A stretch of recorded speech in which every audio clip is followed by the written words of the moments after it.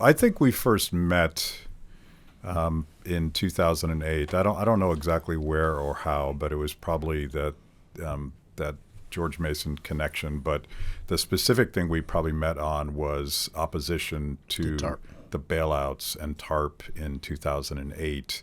And you reminded me that your former boss, Vice President Pence, when he was a congressman, he was one of the few people that we invited to the what was essentially an anti-bailout rally that became sort of the biggest Tea Party event that we would have, because we didn't want politicians, but if we were going to have a couple, it was going to be people that stuck their necks out. So it was, speaking of being uncomfortable and libertarian, being opposed to bailouts in 2008, you were on the Hill at the time. Yeah, I was working for Senator Shelby, who led the opposition in the Senate to the bailouts. We only got about 25 votes, but there were 25 votes in the Senate against the TARP. Which was extra remarkable because it was a Republican doing it. Absolutely. And, there were a few, I think Senator Tester voted against it, but, the opposition, it split the Republicans, and that's better than having them all united. Then House member, but later Vice President Pence likes to say he was the first House member to come out publicly against the TARP. And it was sort of fun at the White House in that when we were vetting nominees, and he had tasked me, and I actually talked a little bit how we ended up with Jay Powell. He had said to me, Mark, I opposed bailouts then, I oppose them now, and I'm tasking you with trying to make sure we minimize any nominees that get through want to do bailouts. Clearly, there's some areas where I failed to stop all of that from happening.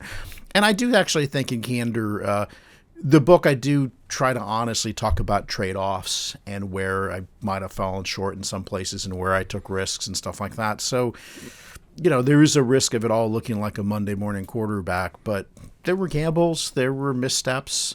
And again, I try to be upfront about some of those, even if I probably focus more on what worked well. Yeah. It does feel to me like maybe we've learned almost nothing since 2008. And I wanted to get your hot take on Silicon Valley Bank, and because in a certain sense this all seemed 100% predictable. Absolutely, and I have said, I wrote a number of things as Dodd-Frank was being passed, saying this would institutionalize bailouts, not end them. I wrote a number of things when Janet Yellen was being considered for Fed chair, saying, she is of that Geithner-Bernanke bailout philosophy. So if you want bailouts, she's your girl. And let me be clear, I would have been delighted to be wrong on all of that. But it's turned out to be right. That Dodd-Frank does not end bailouts. It's institutionalized it. It's institutionalized ad hoc behavior. And again, one of the reasons I wrote the book was I thought so much of the 2008 crisis was wrong-headed and a disaster that I wanted to show in the book how you respond to a crisis in a smarter way, in a more constrained, small government, volunteer way.